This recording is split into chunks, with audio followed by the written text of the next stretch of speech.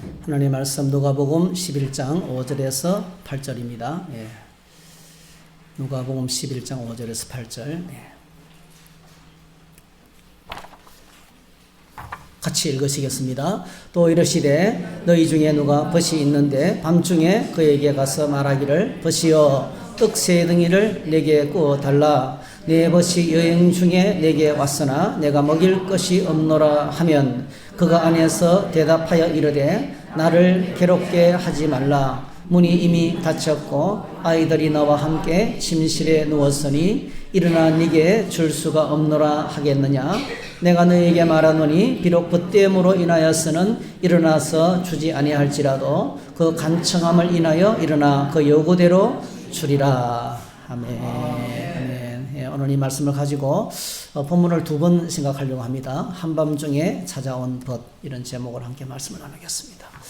예, 저희들은 지금 누가복음 11장을 집중적으로 이제 묵상하고 있고요. 특별히 누가복음 11장에서 예수님께서 기도를 가르쳐 주셨는데 기도에 대해서 우리가 배우고 있습니다. 기도가 가장 중요한데 또 제일 안 되는 것도 기도입니다. 네.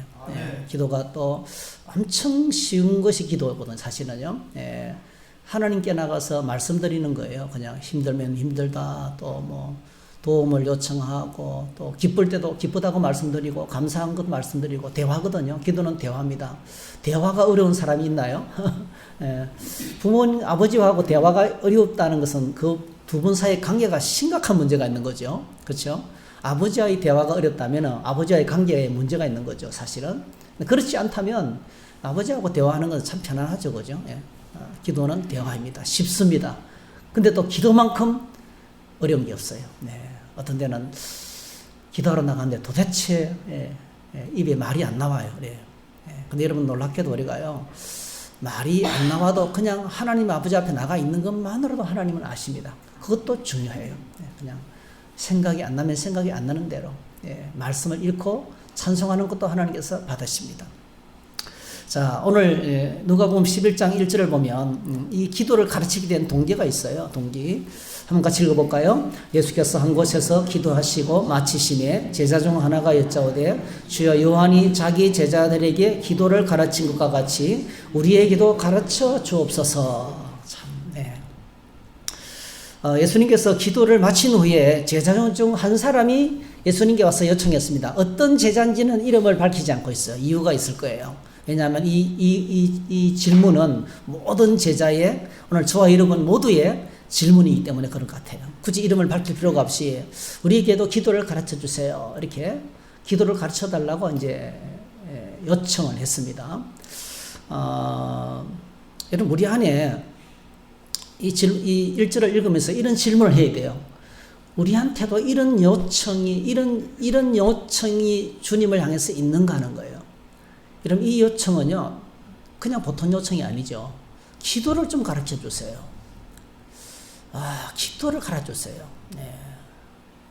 목사님, 성경을 좀 배우고 싶습니다. 네. 캐톨릭 신자인데, 저쪽 성당에, 그, 신우회장 하시던 그 분들이 저를 만나서, 목사님, 성경을 좀 가르쳐 주세요. 제가 어떻게 했을 것 같아요? 네. 오케이. 날짜만 잡으세요. 그래서 양육반을 다 했어요. 그분들 부부를 모셔놓고. 네. 얼마나 큰 전화가 찾아왔는지 몰라요. 얼굴이 처음에 저를 만났을 얼굴이 새카맸어요. 말씀이 들어가면 진리를 알지니 진리가 내 일을 자기 할지라. 그분이 완전히 회복되었어요. 사업에 실패하고 그 리바트 가구에서 해외 원목을 수입하는 총 책임을 감당하던 분이셨는데, 이제 뭐 부도관하고 뭐 어려운 일을 만나면서 이제 사업이 어려워지고 힘들어진 상황에서 정말 뭐 앞이 캄캄한, 그분을 딱 만날 때 얼굴이 시커멓더라고요. 네. 처음에 말을 안 해요. 너무 상처가 커가지고 사람들을 기피하고요. 네. 그랬어요. 근데 이제 말씀을 같이 나누면서 대화하고 그러면서 회복되는 걸 봤어요. 이건 영적인 요청입니다, 여러분. 기도를 가르쳐 주세요 하면서 영적인 요청입니다. 우리 안에 오늘 저와 여러분들이 주일 예배를 드리면서 어떤 소원을 갖고 나오셨나요? 무슨 말씀을 듣기를 원하십니까? 너무나 많은 사람들이 지식적인 것, 지식과 도덕을 듣기를 원해요. 처세술을 듣기를 원해요. 성공하는 법, 부자 되는 법, 건강하게 되는 법, 뭐 잘 사는 법.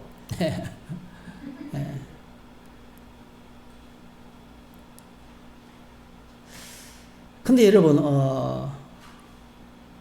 우리 주님이 성천 직전에 제자들이 이렇게 질문했어요. 성천하기 직전에 제자들이 사도행전 1장 4절에서 8절 한번 같이 읽어볼까요? 사도와 함께 모이사 그들에게 분부하여 이르시되 예루살렘을 떠나지 말고 내게서 들은 바 아버지께서 약속하신 것을 기다리라. 요한은 물로 세례를 베풀었으나 너희는 몇 날이 못되어 성령으로 세례를 받으리라 하셨느니라. 그들이 모였을 때에 예수께 여쭈어 이르되 주께서 이스라엘 나라를 회복하심이 이때니까 하니 이르시되 때와 시기는 아버지께서 자기의 권한에 두셨으니 너희가 알 바 아니요 오직 성령이 너희에게 임하시면 너희가 권능을 받고 예루살렘과 온 유대와 사마리아와 땅끝까지 이르러 내 증인이 되리라 하시니라. 제자들의 관심은 이스라엘 나라의 회복입니다. 그 오랫동안 나라를 빼앗기고 짓밟혔던 민족의 영원한 한이죠, 한. 네.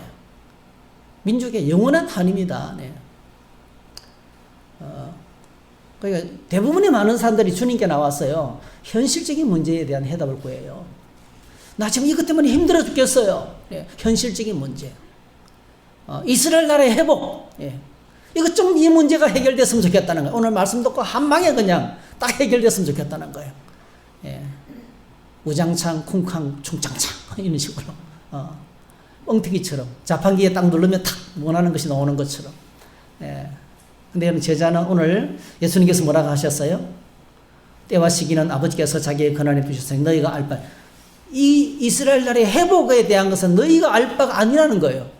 그런데 하나님께서 때가 되면 하신다는 거예요. 네가 관여할 게 아니라는 거예요.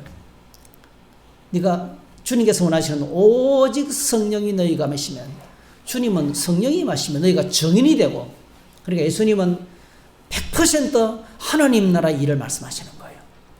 그러니까 사람들은 현실적인 문제를 가지고 주님께 나오지만은 주님의 대답은 영적인 겁니다. 영적인 거. 이번 대선에서 누구를 찍어야 할까요? 크리스찬 대통령, 크리스찬 후보를 찍어야 될까요? 거의 다 크리스찬이에요. 나온 사람은 거의 다 크리스찬이죠. 이 씨도 크리스찬이고 교회 집사고, 또 김 씨도 뭐 그분은 좀 신앙이 좀 괜찮은 것 같아요. 어쨌든 간에 크리스찬을 대선은 그렇게 찍으면 안 되죠, 그렇죠? 정말 공약을 분석하고 인격적인 것은 너무 따질 필요가 없어요. 그 얼마나 일을 어떤 식으로 해왔고 그의 통치 철학이 뭐고, 그가 하는 공약을 정말 나라의 경제를 살리고 정말 나라를 행복하게 할 방안을 갖고 있는지, 백성들에게 꿈을 심어주고 비전을 심어주는지, 그 리더십을 봐야 돼요, 사실은요. 여러분, 그걸 보고 냉철하게 판단하세요. 그리고 뭐 교회에서, 어떤 사람들은 교회에서, 뭐 기독교 단체에서 이 후보를 밀기로 지지했다는데 별로 좋지 않은 생각이라 해요. 정치적인 겁니다, 사실은. 어떻게 하면 건강하게 9988하게 살아갈 수 있을까? 99세까지 팔팔하게 살아갈 수 있을까? 제가 아는 분은 이 휴대폰 번호가 9988이더라고요. 어떻게 하면 부자 아빠가 될 수 있을까? 어떻게 하면 처세술에 탁월할 수 있을까? 여러분, 이스라엘 나라의 회복, 이것은 이스라엘의 절박한 현실이었습니다. 주님은 단호하게 말씀하셨어요. 그건 너희가 알 바가 아니다. 여러분, 우리가 해결이 될 현실 문제가 많지만은 너희가 예수 그리스도의 십자가의 보혈로 구원받은 하나님의 자녀이고 성도이고 주님의 제자라면 성령 받아서 성령의 권능으로 온 세상 모든 사람들에게 예수님의 냄새를 풍기면서 예수님의 정인으로 살아야 된다. 이 주님의 관심이었거든요. 그러니까 오늘 저희들이 이 제자들의 그 요청요, 한번 따라 하실까요? 주님, 기도를 가르쳐 주세요. 기도를 가르쳐 주세요. 와, 저는 이 요청을 듣고 주님이 얼마나 기뻐하셨을까. 오늘 저와 여러분 이렇게 영적인 좀 필요, 하나님 나라의 필요, 하나님이 기뻐하시는 그 소원을 주님께 요청할 수 있기를 축복합니다. 참 제가 은혜가 되더라고요. 제자들 참 멋있다. 기도를 가르쳐달라. 어떻게 하면 좀 정인으로 살아갈 수 있을까요? 어떻게 하면 내가 주님이 기뻐하시는 사람이 될 수 있을까요? 나 주님의 기쁨 되기 원하네. 내가 원하는 한 가지 주님의 기쁨이 되는 것. 이 찬양할 때마다요, 나의 요청과 나의 기도와 나의 예배와 나의 삶이 하나님의 기쁨이 됐으면 좋겠다. 네. 오늘 제자는요, 그냥 기도를 가르쳐 주세요. 이 말이 주님의 마음을 아주 기쁘게 하시는 요청이었어요. 이것이 정말 우리 기도 가운데 일어나야 될 일일 줄 믿습니다. 그래서 우리가 주님이 가르쳐주신 기도에서 배우고 이 주님이 가르쳐주신 기도를 갖고 주님 보좌 앞에 나갈 때 하나님께서 기뻐하실 줄로 믿습니다. 자, 제자들의 요청에 주님께서 말씀하셨죠. 기도나 이렇게 하라.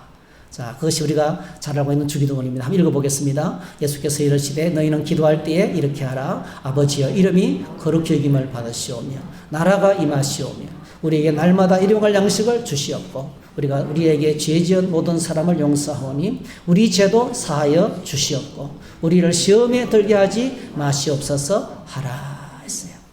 제일 먼저 기도할 때 아버지의 이름이 거룩히 여김을 받으시라고. 네. 하나님 아버지는 완전히 거룩합니다. 우리가 기도해서 더 거룩해져야 될 뿐이 아니에요. 이건 바로 뭐죠? 주님의 거룩. 하나님의 거룩하신 이름이 우리를 통해서 나타나야 된다는 거죠. 그래서 여러분 거룩이란 말의 뜻을 기억하세요? 거룩이란 말의 뜻이 카도시란 말인데 이 말은요 4가지 뜻을 갖고 있어요. 따뜻하다, 밝다, 새롭다, 헌신하다. 네. 여러분이 따뜻한 사람이 되어서 사람들을 맞이하면 우리를 통해서 하나님의 거룩하신 이름이 나타나게 될 줄 믿습니다. 예, 우리가 밝다는 것은요, 여러분 성소의 문을 열고 딱 들어가면 그 성소는요 7 등잔대에서 빛나는 그 순금 등잔대에서 빛나는 빛 때문에 환합니다. 그 분위기는 따뜻하고 밝습니다, 여러분. 우리가 밝은 사람이 돼야 돼요. 우리가 밝은 사람. 네. 그래서 우리를 통해서 주님의 거룩한 이름이 나타나게 되게 해달라고 기도하는 거예요. 할렐루야. 그래서 우리가 가는 곳마다 하나님 아버지의 이름을 영화롭게 하는 그런 삶을 살게 해달라고 첫 번째로 구하라는 거죠. 그 다음에 두 번째로는 뭐죠? 하나님의 나라가 임하시고, 하나님 나라가 임하시는 것은 선포하는 기도입니다. 선포. 하나님의 나라가 이곳이 내 마음에 임하시고 내가 만나는 사람 가운데 임하시고, 그죠? 이 땅 가운데 임하시고 이 세상 가운데 하나님 나라가 임하셔서 정말 하나님이 다스리는 세상이 되게 해달라고. 어떤 대통령이 선출되든지 간에 그를 통해서 하나님의 정의와 하나님의 공평과 하나님의 사랑이 이 땅에 실현되면 되는 거예요. 거기에 합당한 사람을 하나님께서 선출되게 해달라고 기도해야 되는 겁니다. 여러분. 그리고 이제 하나님의 필요가 1절, 2절에 나오고요. 그 다음에 이제 3절, 4절 우리의 필요죠. 오늘 주와 여러분들의 날마다 일용할 양식이 필요합니다. 그죠? 매일매일 일용할 양식. 육신의 양식은 거의 필요가 없어요. 지금은. 그죠? 육신의 양식은 뭐 차고 넘쳐요. 지금은 다이어트 시대입니다. 네. 근데 중요한 것은 하늘 양식. 매일 같이 내리는 만나는 뭐죠? 사람이 떡으로만 살 것이 아니요 하나님 입에서 나오는 모든 말씀으로 살 거예요. 영적인 양식. 날마다 매일같이 영적인 양식이 필요합니다. 그리고 일용할 양식이 없는 수많은 굶주린 사람들이 저희들 주변에 얼마나 많은지 몰라요. 그렇죠? 예, 그래서 아직도 성경을 모르는 사람들이 많습니다. 그래서 그들에게 일용할 양식을 위해서 기도하시고, 그리고 일용할 양식만큼이나 우리는 날마다 하나님 앞에 죄를 지어요. 그래서 하나님 앞에 죄를 짓는데요, 우리가 해야 될 것이 나에게 잘못한 사람을 용서해 주면서 하나님 나의 죄도 용서해 달라고 기도해야 돼요. 날마다 일용할 양식만큼이나 날마다 매일같이 우리는 누군가 나에게 잘못하지만 나도 다른 사람에게 잘못한다는 거죠. 그래서 우리는 끊임없이 일용할 양식만큼이나 용서를 위한 기도를 매일같이 드려야 된다는 거죠. 하나님 나를 용서해 주십시오. 근데 거기서 끝나면 안 되죠. 내가 용서받기 전에 나에게 잘못한 사람을 내가 용서하니 나도 용서해 주시기 원합니다. 이런 기도를 드리라는 거죠. 그 다음에 똑같이 여러분 시험이 없는 날은 없어요. 그죠? 이 세상은 시험의 지뢰밭입니다. 날마다 시험에 들지 않게 해달라고. 그리고 악한 자의 손의 소리를 벗어나게 해달라고. 이 세가. 그러니까 3절 4절은 우리가 날마다 매일같이 반복하면서 주님 앞에 나갈 때마다 일용할 양식을 구하고, 그리고 뭐죠? 용서를 구하고 시험에서 건져달라고 하는 기도가 날마다 필요하다는 것입니다. 자, 그래서 이거는 우리의 기도의 내용입니다. 기도의 내용. 이렇게 우리가 기도하면, 여러분, 하나님께서 어떻게 하실까요? 이렇게 기도하면 오늘 본문의 5절에서 8절에 보면, 특별히 그 8절 내용을 보면, 그 간청함을 인하여 일어나 그 요구대로 주리라. 이렇게 기도하면 하나님께서 응답해 주신다는 거예요. 그리고 우리가 본문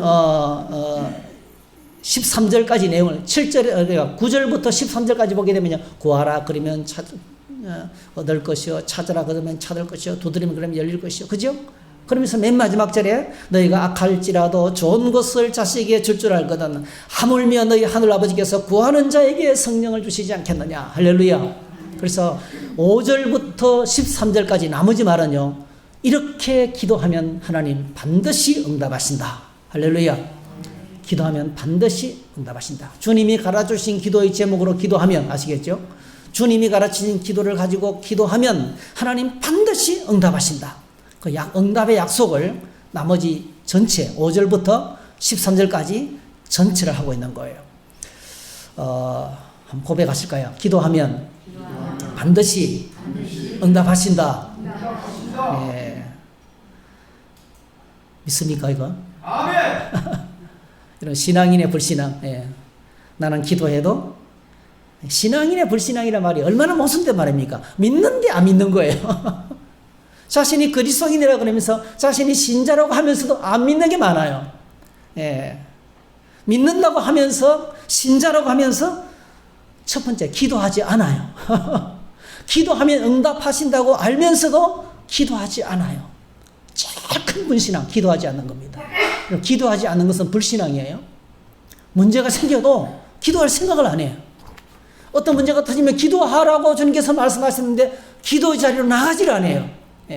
그게 불신앙입니다. 그 다음에 기도하면서도 걱정하고 염려하고 불안해하고 내가 이렇게 기도 안 해도 안 될 거야 라고 믿어요. 그건 불신앙이죠. 여러분 우리 안에 이 불신앙을 추방하시기를 바랍니다. 쫓아내야 됩니다, 여러분. 그러면서 오늘 주님께서 들려주시는 이야기가 오늘 본문이에요. 한 가난한 사람이 집에 한밤중에 여행 중인 친구가 찾아왔습니다. 그리고 한 가난한 사람에게 그 동네에 벗이 있고 한밤중에 찾아온 친구가 또 벗이 있어요. 벗이. 그 동네에도 여러분 이스라엘 동네는요 모든 이웃이 다 벗입니다. 그 집에요 오늘 떡이 몇 개 있는지 다 알아요. 작은 집에는. 왜냐하면 떡은 주로 사오거든요. 여기서 나오는 떡 한 덩이는요 지름이 60cm. 지금 대판 피자보다 더 커요. 엄청나게 큰 떡입니다, 여러분. 이 떡 세 덩이는 굉장히 큰 거거든요. 그러니까 한 사람이 세 끼를 먹을 수 있는 넉넉한 양식이죠. 세 끼를 먹을 수 있는 넉넉한 양식, 배부르게 먹을 수 있는 양식입니다. 여러분 5병이어로 5,000명이 먹었잖아요, 그죠? 거기에 비하면 이건 떡 세 덩이는 뭐 굉장히 많은 양입니다. 그러니까 그 동네에 한 가난한 집주인이 있었는데 한밤중에 여행 중에 친구가 찾아왔어요. 여러분 팔레스타인 지역은 너무나 뜨거운 지역이기 때문에 낮에는 여행을 잘 못하고요. 해가 지고 난 다음부터 여행을 시작하는 경우가 많아서 그래서 거의 자정을 넘어서까지 여행을 합니다. 그래서 자정 넘어서 집을 불쑥불쑥 찾아오는 사람들이 종종 있었습니다. 영화는 문을 닫았고 영화는 찾을 수가 없고 그리고 오늘처럼 영화이 많지 않기도 하고요. 그래서 이제 주로 이제 뭐 밤에 잠은 아는 사람의 집을 찾아갑니다. 친구 집을 찾아가는 것이 보통이었어요. 그리고 또 하나 관례는요. 그 동네 손님이 찾아오면 엄청 기쁘게 나그네를 영접하는 거죠. 그러니까 한 동네에 나그네가 찾아오면 이 나그네는요. 어떤 한 사람의 집에 찾아온 나그네가 아니고요. 그 동네에 찾아온 나그네인 거예요. 온 동네가 그 사람에게 잠자리와 먹을 것을 제공하기를 기뻐해요. 이거는 온 동네 의무입니다. 온 동네 의무. 그래서 근데 이 가난한 집주인이 한밤중에 여행을 하다가 친구가 집에 찾아왔는데 줄 게 없는 거예요. 이 사람 너무 가난해가지고 그날 벌어서 그날 저녁 먹고 진짜 아무것도 없는 거예요. 요즘 시대하고는 뭐 비교가 안 되죠. 요즘은 뭐 24시간 편의점, 24시간 식당, 24시간 마트. 지금 굉장한 시대잖아요. 그죠? 그리고 뭐 집집마다 라면 없는 집이 있어요. 라면, 밥 없으면 라면 끓여 먹어도 되고요. 그죠? 그 인터넷에서 어제도 우리 집에 아들 보니까 뭐 오후에 시켰는데 저녁에 와 있더라고요. 배송이. 세상에 음식 식재료인데 오후 2시에 시켰는데 저녁에 와 있어요. 그러니까 하루도 안 걸려. 어떻게 그게 가능한지 모르겠어요. 아니 이미 가까이 와 있는 것 같아요. 가까운 물류창고에 이미 그게 와 있는 것 같아요. 그래서 여기 있는 것들은 여기서 최소한 빨리 주는 것 같아요. 얼마나 편리한 시대가 됐습니까? 근데 과거에는 뭐 그게 불가능했죠. 네. 그래서 이 친구가 한밤중에 일어나서 그 동네 친구 집을 찾아가서 대문을 두드리는 거예요. 한밤중에. 여보게 떡 3덩이만 빌려주게. 여보게 떡 3덩이만 빌려주게. 집에 친구가 찾아왔는데 줄 게 없다네. 이걸요. 이 말을 듣고요. 집주인이 빨리 일어나야 돼요. 빨리 안 일어나면 어떻게 되는지 아세요? 온 동네 사람들이 다 일어나요.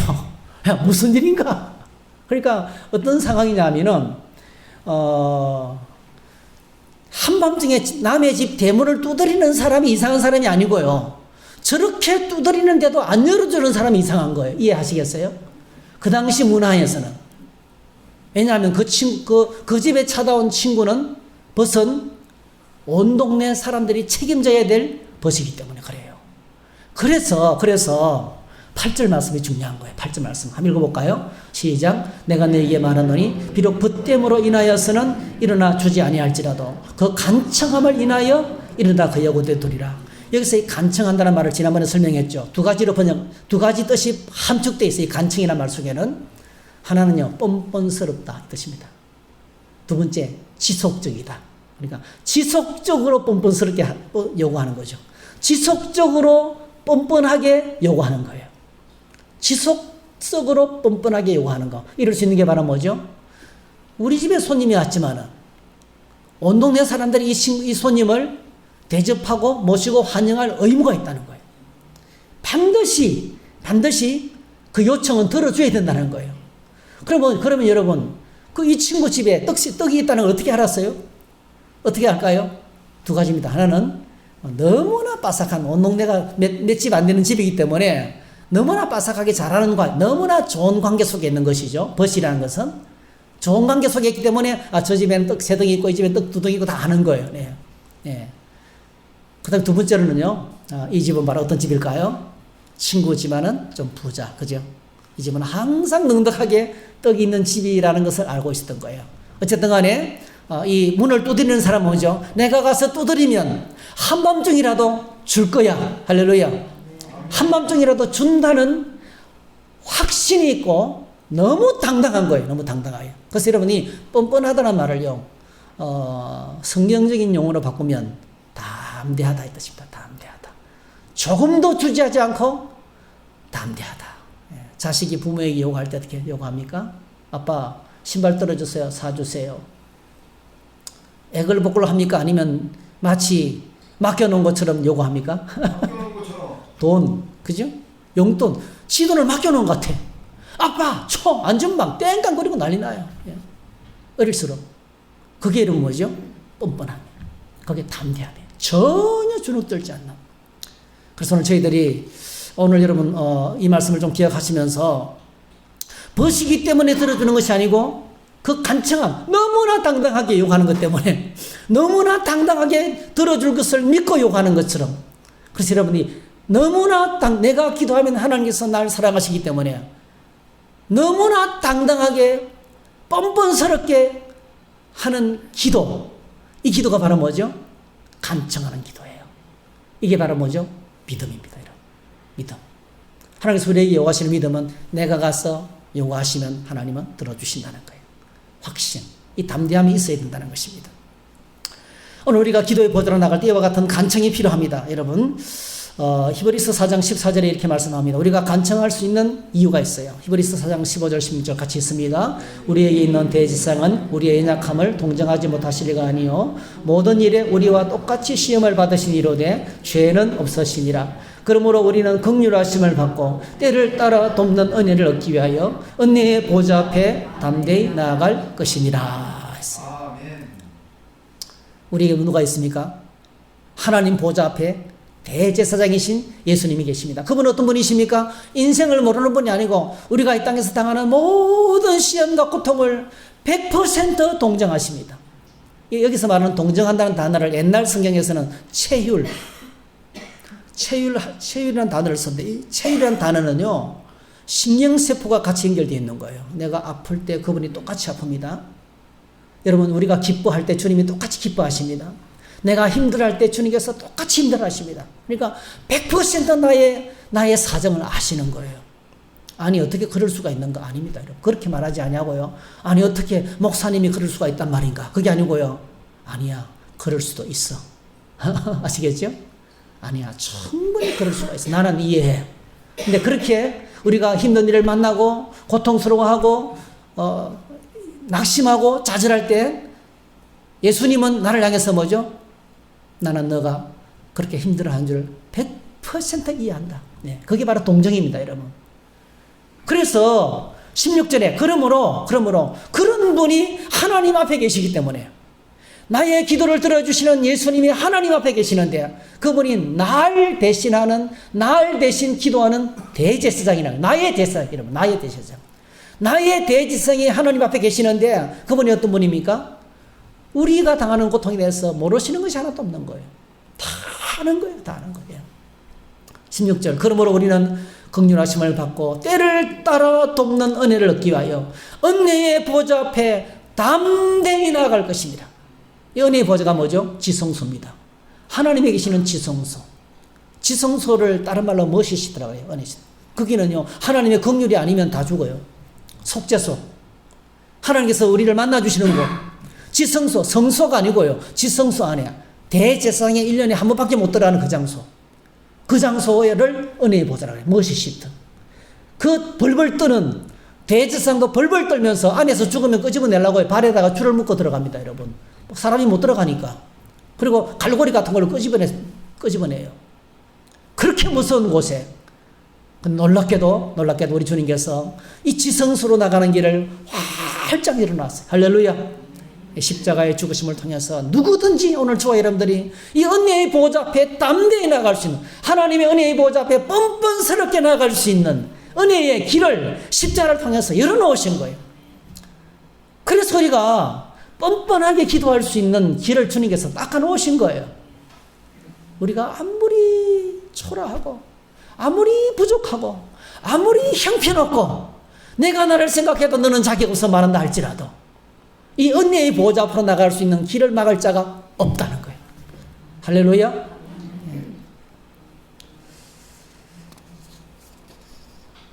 공세기 초기에 예수님께서 사마리아 수가성 한 여인을 찾아갔습니다. 한낮에 그 정오에는 여행을 하지 않아요. 사막의 정오는요, 죽을 것만 같은 곳이거든요. 예. 이스라엘 사막, 여러분, 우리나라 경상북도만한 땅인데요. 사막이 너무 많아요. 전 국토의 70%가 사막이에요, 사실은. 그 사막이 그냥 모래 사막이 아닙니다. 돌 사막. 그냥 협곡이 있고요. 비가 오면 우기기 때문에 거기서 글로 막 물이 막 홍수가 번화하는 것이고요. 건기 때는요, 거기에 풀 한 폭이 나지 않고 그냥 목동들이 수많은 시간을 거쳐서 막 수만 킬로를 이동하면서 양떼를 먹여야 되는 정말 건조한 땅이거든요. 그 사막을 걸어서 이 사마리아 수가성, 이스라엘 사람들이 절대로 가까이 하지 않는 이 사마리아 땅에, 그것도 예수님 유대인 남자잖아요. 유대인 남자가 사마리아 여자를 만나려고, 그것도 이 여자는 어떤 여자입니까? 남편 5 있었지만은 5 남편으로부터 버림받고, 그리고 뭐죠? 6번째 남자에게 붙여 사는, 정말 인생이 처량하고 천대받는, 그러니까 한낮에 사람들이 다 잠을 자는 시간에 이 여자는 뭐죠? 사람 없는 틈을 타서 우물가에 물기를 오는 거예요. 사람들을 만날 수 없는, 너무나 인생이 부끄러운 손가락질을 받기 때문에 그 이 초라한 여인을 만나시기 위해서 주님께서 이 사마리아 수가성을 찾아갔어요. 그리고 대화를 나눕니다. 내가 주는 물을 마시는 자는 영원히 목마르지 아니하리라. 그것부터 시작해가지고 물 한 동이 달라, 물 좀 달라부터 시작해가지고, 그 예수님께서 먼 길을 걸어오면서 완전히 지쳐 쓰러져서 물 한 컵 달라고 요청하면서 대화가 시작됐는데요. 그 대화하는 가운데 예수님께서 이런 말씀을 나눕니다. 이렇게 말씀을 나눕니다. 자, 주님과의 대화를 한번 읽어보십시다. 요한복음 4장 21절 시작. 예수께서 이러시되 여자여 내 말을 믿으라. 이 산에서도 말고 예루살렘에서도 말고 너희가 아버지께 예배할 때가 이르리라. 너희는 알지 못하는 것을 예배하고 우리는 아는 것을 예배하노니 이는 구원이 유대인에게서 남이라. 아버지께 참되게 예배하는 자들은 영과 진리로 예배할 때가 오나니 곧 이때라. 아버지께서는 자기에게 이렇게 예배하는 자들을 찾으시느니라. 하나님은 영이시니 예배하는 자가 영과 진리로 예배할지니라. 이 주님의 말씀이 이 여자에게는요 폭탄과 같은, 그냥 그 속에 수년 동안 묶였던 췌장이 빵 뚫리는 말씀이에요. 사이다 같은 말씀이라고요. 사이다 같은 말씀. 네. 빵 뚫리는 말씀이에요. 여러분, 사람이 힘들고 어렵고 고통스러우면 이 여성처럼과 같은 신세가 되면요, 사람은 이렇게 힘들고 고통스러우면요 하나님 찾게 돼 있어요. 근데 여러분, 이 여인이 하나님께로 나가는 길은 막혀 있습니다. 사마리아 사람이죠. 예배할 수 있는 유일한 장소는 예루살렘 성전이거든요. 사마리아 사람은 예루살렘 올라가는 것이 불가능합니다. 그리고 예배하기 위해서는 반드시 제사장이 필요하고 제물이 필요합니다. 여러분, 반드시 제사장이 예배를 집도해야 되고요, 제사장을 통해서 예물을 갖고 어디요? 예루살렘 성전에 가서야만 예배할 수 있어요. 그런데 여러분, 사마리아 여인에게는 그 예배의 자리로 나가는 것이 막혀 있었던 거예요. 그러니까 예수님께서 말씀합니다. 여자여 내 말을 믿으라. 이 산에서도 말고 예루살렘에서도 말고 예루살렘 성전에 안 가도 돼. 앞으로 예루살렘 성전에 제사장이 없어도 돼. 제사장이 없어도 돼. 예물이 없어도 돼. 아무리 낮은 신분이라도 괜찮아. 할렐루야. 네가 어떤 상황에 있고 어떤 상태라도 괜찮아. 네가 아버지께 예배할 때가, 네가 하나님을 직접 누굴 통해서 예배하는 게 아니고요, 네가 직접 하나님께로 나가는 길이 열리게 돼 있어. 할렐루야. 예수님이 십자가의 죽으심을 통해서, 예수님이 십자가의 죽음을 통해서 이 지성소로 나가는 길이 뭐죠? 열리게 돼. 그래서 예수님께서 누구에게 알려줍니까? 이 소식을 가장 천한 니고데모를 만나고 난 다음에 이 여자를 만났거든요. 니고데모는 산헤드린 공의 회원이었어요. 근데 여러분, 예수님께서 니고데모만 만났다면은 사람들이 오해할 수 있어요. 예수님 만나려면 저렇게 높은 신분을 가져야 되는구나. 근데 여러분, 그 다음에 만난 사람이 사마리아 땅의 수가예요. 너무나 천한 인생, 아무도 돌아보지 않는 인생, 사람들을 펴서 낮에 물길로 올 수밖에 없는 인생, 5 사람으로부터 버림받고 6번째 사람에게 겨우 붙어서 생명을 구제하고 있는 사람, 그런 그 여인에게 주님께서 말씀해요. 네가 이제 믿으라. 성전 없어도 돼. 제사장 없어도 돼. 내가 십자가에서 너 대신 제사장이 되고, 내가 십자가에서 너가 드릴 대신 속죄 제물이 되고, 내가 십자가의 죽음을 통해서 하나님의 모든 공의를 다 이루고, 너는 그냥 값없이 그냥 공짜로 있는 모습 그대로 언제나 어디 있으더나 시와 때와 장소를 가리지 않고 하루 일을 끝내고 파김치가 되어서 찐빵 하나 사들고 그 집으로 돌아가는 그 어두컴컴한 골목길이라 할지라도 거기서 하나님을 찾으면 내가 거기서도 너를 만나줄게. 그 어두컴컴한 골목길이 주님을 만나는 지성소가 된다는 거예요. 할렐루야. 이렇게 네가 직접 예배, 그래서 이제는 뭐죠? 영과 진리로 모든 형식을 벗어나서, 여러분, 모든 상황을 벗어나서 네 마음대로 언제든지 하나님을 찾을 때가 온다는 거예요. 그때가 바로 이때라는 거예요. 와, 얼마나 기쁜 소식입니까? 얼마나 기쁜 소식입니까, 여러분? 그래서 여러분, 그렇습니다. 이것이 바로 뭐죠? 십자가의 은혜입니다. 십자가의 은혜. 아무리 천한 사람이라 할지라도, 세상에서 가장 소외된 사람에게도 십자가를 통해서 하나님 아버지께로 나가는 고속도로가 뻥 뚫리게 됐다는 겁니다. 여러분, 십자가의 은혜와 능력을 막을 자가 세상에 없어요. 그래서 사도 바울이 로마서에서 외쳤습니다. 누가 우리를 그리스도의 사랑에서 끊으리요? 환난이나 공고나 박해나 기근이나 적신이나 위험이나 칼이라 기록된 바 우리가 종일 주를 위하여 죽임을 당하게 되며 도살당할 양같이 여김을 받았나이다 함과 같으니라. 그러나 이 모든 일에 우리를 사랑하시는 이로 말미암아 우리가 넉넉히 이기느니라. 내가 확신하노니 같이 읽어요. 사망이나 생명이나 천사들이나 권세자들이나 현재일이나 장래일이나 능력이나 높음이나 깊음이나 다른 어떤 피조물이라도 우리를 우리 주 그리스도 예수 안에 있는 하나님의 사랑에서 끊을 수 없으리라. 예. 하나님의 보호자 앞으로 나가는 길을 막을 자가 없다는 거예요. 예. 끊을 자가 없다는 거예요. 네. 그래서 여러분, 누구 때문에, 무엇 때문에, 모든 이유와 핑계는요, 그런 모두 진리가 아닙니다. 여러분, 이 핑계와 이유에 속지 마시기를 바랍니다. 우리는 자꾸 누구 때문에, 무엇 때문에, 그것 때문에 하나님께 못 나가겠다는 거예요. 아니에요, 여러분. 우리가 주님께 나갈 수 있는 길을 막을 자는 세상에 없습니다, 여러분. 어느 누구도 막을 자가 없습니다.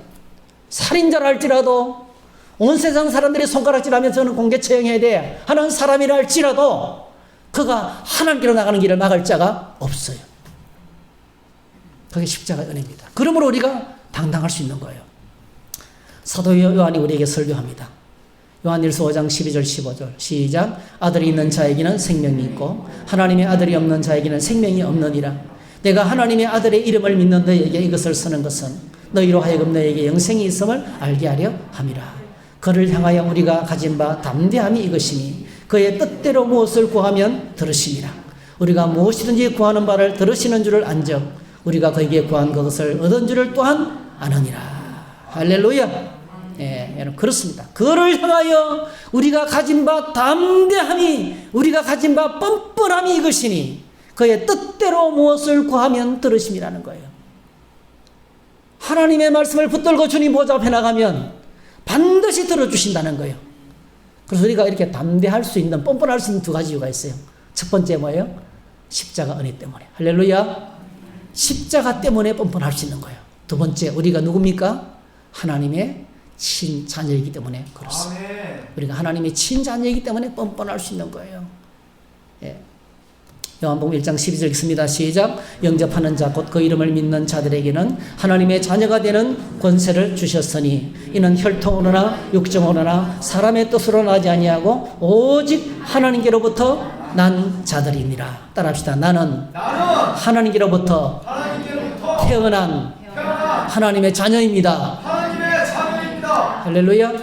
예. 하나님께로부터 태어난, 거듭난 하나님의 자녀인 거예요. 네. 혈통으로 육정으로 사람의 뜻으로 된 게 아닙니다. 이 땅의 자녀는 그렇게 태어나죠. 혈통적으로 태어나죠. 육정으로 태어나죠. 사람의 뜻으로 태어나죠. 우리 한 명 낳자 두 명 낳자 계획하잖아요. 근데 그거하고 아무 상관없이 하나님께로부터 태어난 것이 오늘 저와 여러분들이에요. 우리가 하나님의 자녀이기 때문에 뻔뻔할 수 있는 것입니다. 그래서 오늘 저희들이 한 가지 중요한 교훈을 가슴에 새게 돼요. 한번 따라 하실까요? 나를 바라보면 위축될 수밖에 없다.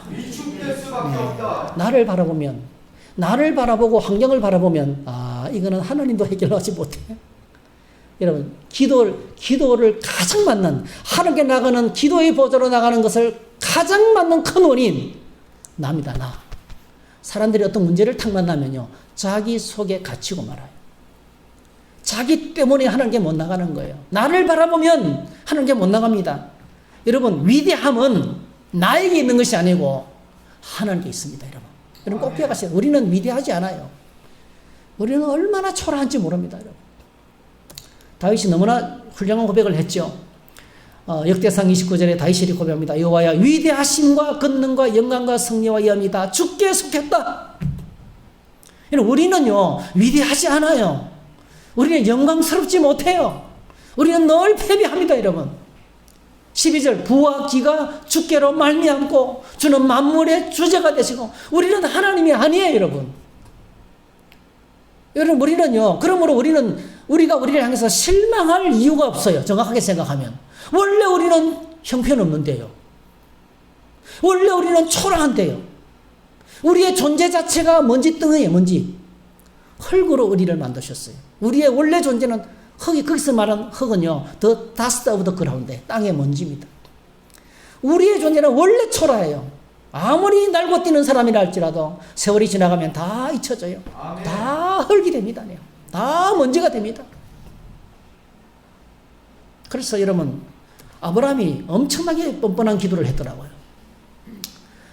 소돔성을 멸한다고 하니까 아브라함이 하늘에 나가서 기도합니다. 자, 창세기 18장 27절 시작. 아브라함이 대답하여 이르되 나는 티끌이나 재와 같사오니 감히 죽게 아뢰나이다.